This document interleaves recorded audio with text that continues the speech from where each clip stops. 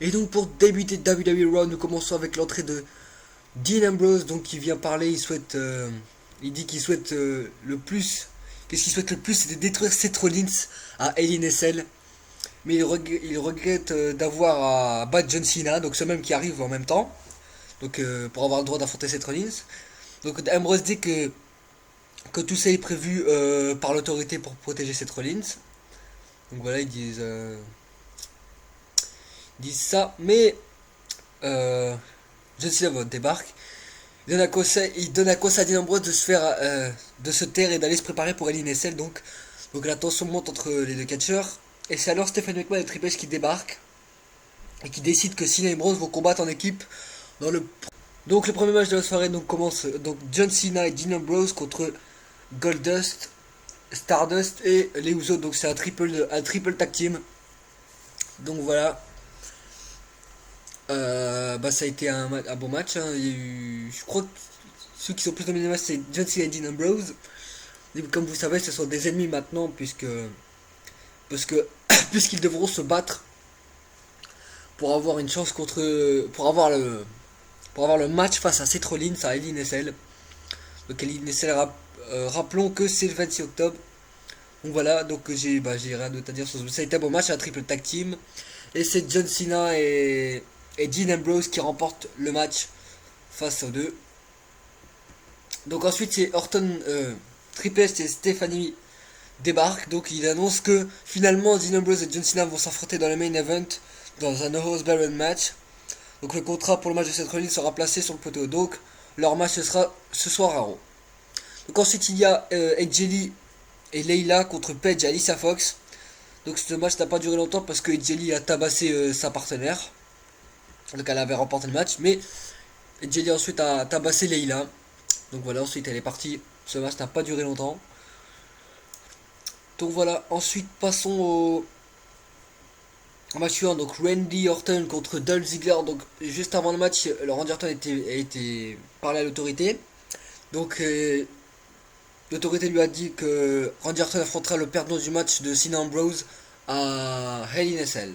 Dans un 1 contre 1. Donc voilà, Orton contre Ziggler. Donc ça a été un beau match. Dominé plus par Randy Orton, hein. Mais il y a Seth Rollins donc, qui est venu aux abords du ring. Donc regarder le match. Donc voilà. Donc Randy Orton a détruit Dolph Ziggler. Carrément. Donc ensuite Seth Rollins commence à vraiment se rapprocher du ring. Donc il voulait. On croyait qu'il allait.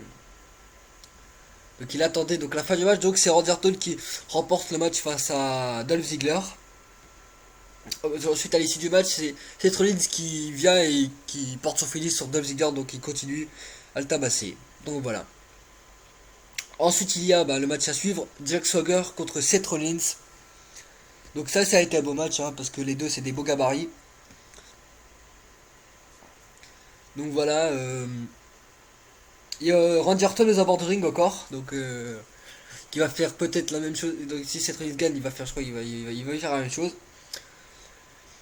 Donc voilà, ça a été un beau match. Jack Swagger a failli gagner à la fin en portant un lock, mais le lock n'a pas marché. Ensuite, il y a un moment, ils sont sortis du ring et ça a éclaté à l'extérieur du ring. Jack Swagger s'est fait projeter contre la barricade. Donc voilà, Seth Rollins a terminé le match. Donc c'est Seth Rollins donc, qui remporte le match face à Jack Swagger. Donc Orton est monté sur le ring et a porté un RKO sur Jack Swagger. Donc faire la même chose que Seth Rollins. Donc pour lui dire que voilà, je l'ai attaqué aussi en équipe.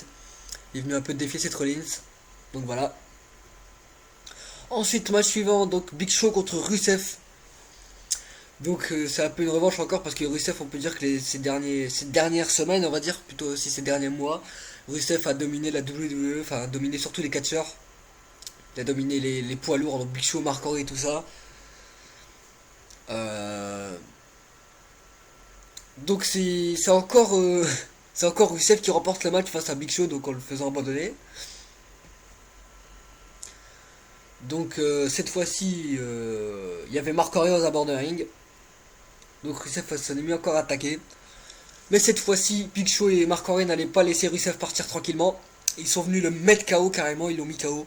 Donc voilà pour terminer ça. Ensuite, il y avait Sheamus contre The Miz, donc avec aux abords du ring Damien Mizdow, son nouveau nom maintenant. Il a été officialisé sur le site de la WWE. Donc voilà, The Miz contre Sheamus, donc c'est une revanche parce que si je me rappelle bien, il y a eu un The Miz Sheamus il y a pas longtemps. Je crois que je sais plus si c'était en tag team ou. Donc voilà, Sheamus a perdu par décompte à l'extérieur parce qu'il s'est un peu énervé contre Sando, contre Mizdow, il a attaqué, il a oublié que l'arbitre comptait. Et enfin, il a oublié carrément le match et le Miz a remporté le match par décompte à l'extérieur.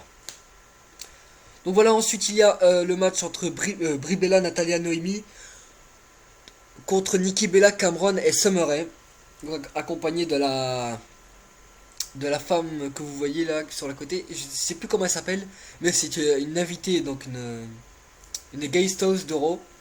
Donc si je me rappelle bien, c'est une star de série télévisée américaine. Donc voilà.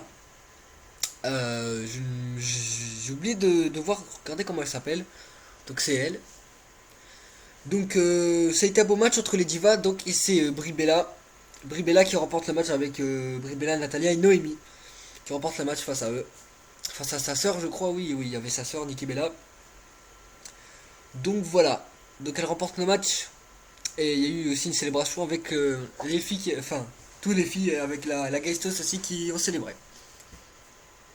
Ensuite, passons au main event de la soirée, donc John Cena contre Dean Ambrose. Donc le gagnant aura un match contre Seth Rollins à Hell in a Cell. Donc voilà, l'autorité était aux abords du ring. Donc la stipulation c'est que le gagnant décroche le contrat qui est accroché sur une barre de fer en hauteur. Donc bien sûr l'autorité n'était pas là pour elle, ils sont venus attaquer John Cena. Donc comme c'était un No Holds Barred, tout est permis. Donc les interventions étaient permis. Donc John Cena n'a pas fait attention, donc il a attaqué l'autorité. Et lui, Dean Ambrose, en a profité pour détacher le contrat et remporter le match face à John Cena.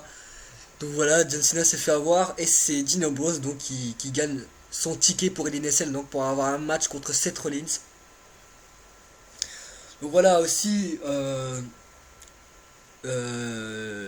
celui qui en veut à mort à Seth Rollins, c'est un peu plus Dean Ambrose, parce que Dean Ambrose, faut pas l'oublier que Dean Ambrose ça a été son partenaire pendant 2 ans. Quand ils ont formé le Shield et depuis que Seth Rollins a trahi Dean Ambrose et Roman Reigns, bah Dean Ambrose lui il a pas oublié, il veut toujours faire payer Seth Rollins depuis. Donc voilà, moi je voulais pas que Cena perde, mais c'est Dean Ambrose qui mérite, je crois que c'est Dean Ambrose qui mérite plus le match face à Seth Rollins. Donc comme l'avait annoncé l'autorité, donc le perdant affrontera Randy Orton, donc ce sera John Cena contre Randy Orton à INSL, bah, un beau match quand même, hein, Cena Orton, c'est pas rien. Donc voilà, passons aux news. Donc pour commencer, il avait été annoncé hier, donc John Cena et Wiz Khalifa ont fait 2 musiques pour WWE 2K15. Donc elles s'appellent Break et All Day. Donc je les avais mis sur ma chaîne, mais les droits d'auteur me les ont enlevés. Vous pourrez mettre pause pour regarder les musiques qu'il y a dans 2K15. Donc premier match annoncé, Randy Orton contre John Cena. Ensuite le deuxième match annoncé c'est Dean Ambrose face à Seth Rollins. Et aussi il y a un autre match annoncé, c'était Brie Bella contre Nikki Bella. Donc un match qu'on attendait depuis SummerSlam. Enfin oui, depuis qu'elle l'a trahi. On sait aussi qu'il y aura un big match la semaine prochaine à Raw, donc faut pas oublier que la semaine prochaine c'est le dernier Raw avant NSL. Il y aura aussi un six-man à SmackDown. Donc voilà. Et aussi il y aura Batista donc qui va jouer qui joue dans un film, donc c'est son look dans le nouveau film qu'il fait. Donc voilà, aussi on va parler un peu il y a aussi Justin Roberts qui s'est fait virer après Raw. Donc voilà, c'est tragique ça. Ah, c'est un peu dégueulasse parce que Justin Roberts a été le meilleur annonceur. Pour moi, c'était le meilleur annonceur. Donc voilà. Euh, Ensuite, Daniel Bryan va sûrement avoir besoin d'une greffe du ligament si cela arrive. Donc il sera dans l'obligation de prendre du temps loin des rings entre 6 à 12 mois. d'après les médecins, la carrière de Daniel Bryan pourrait arriver à son terme après cette opération. Mauvaise nouvelle pour Daniel Bryan, il devra subir encore une autre opération.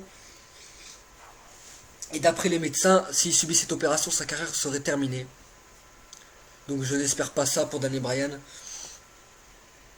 Lui qui n'a pas fait, on va dire lui qui n'a pas fini sa carrière, enfin qui sa carrière venait de commencer, hein, parce qu'il s'est blessé juste après WrestleMania, enfin juste après Extreme Rules aussi. Donc Daniel Bryan qui n'a pas de chance du tout parce que sa carrière venait de commencer, il avait battu Triple H, il avait battu Batista, Randy Orton, euh, je sais pas, moi je ne veux pas qu'il finisse sa carrière sur ça. Euh, Qu'est-ce que je voulais dire? Ah oui, je voulais revenir sur Justin Roberts qui s'est fait virer après Raw. Euh, Attendez, je note juste.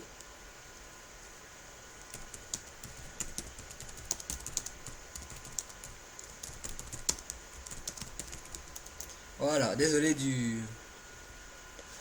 Donc Justin Roberts qui s'est fait virer hier après Raw, donc c'est très vite parce que c'était le meilleur annonceur, bah pour moi c'était le meilleur. Il a annoncé super bien, je sais pas pourquoi la WWE l'a viré. Donc voilà encore quelqu'un qui s'est fait virer, bon c'est dégueulasse quand même. Voilà, je sais pas comment Justin Roberts va peut-être attaquer la WWE ou je sais pas, peut-être. On verra. Donc je revenais sur John Cena et Wiz Khalifa en duo. Donc ils ont chanté deux musiques pour la soundtrack de 2K15. Donc des vraies musiques, ça va être cool. Dans 2K15, ça va faire mieux. Donc c'est les musiques que j'avais mis sur ma chaîne. Mais Wiz Khalifa et les droits d'auteur. Wiz Khalifa et ses droits d'auteur nous l'ont bloqué. Donc je voulais passer une petite dédicace à Jesse Ryder. Donc il m'a demandé. Parce que c'est lui qui m'a annoncé que Daniel Bryan. Qui m'a dit que Daniel Bryan allait subir une autre opération. Donc voilà. Dédicace pour toi, Ryder. Donc voilà. Je n'ai rien d'autre à dire, je crois. Donc il reste 14 jours avant, enfin 2 semaines avant WWE 2K15, ça passe très vite. Donc voilà. J'aurais bien mis la photo de Daniel Bryan et de. Daniel Bryan, non. J'ai oublié. Je vais lui dire Justin Robert, j'ai oublié de mettre une photo pour parler de lui. Donc voilà, on se retrouve vendredi pour les résultats de WWE SmackDown. Donc voilà, la semaine prochaine c'est la dernière semaine avant LNSL, ouais, c'est la semaine prochaine LNSL. Donc voilà, je suis aussi impatient de jouer à 2K15 hein, comme beaucoup de mes amis. Voilà. Bien sûr, je ferai une vidéo. Bah, j'espère que je pourrai faire une vidéo test. Donc je vais essayer de le faire avec mes amis Xbox Live. Donc voilà, comme Jesse Ryder. Donc vous pouvez vous abonner à sa chaîne, lui aussi il met des vidéos de catch. Donc voilà, j'ai un peu trop parlé, j'ai mis 5 minutes pour des news quoi, j'ai parlé trop là, désolé. Donc on se retrouve vendredi pour les résultats de SmackDown. Allez, salut à tous, ciao.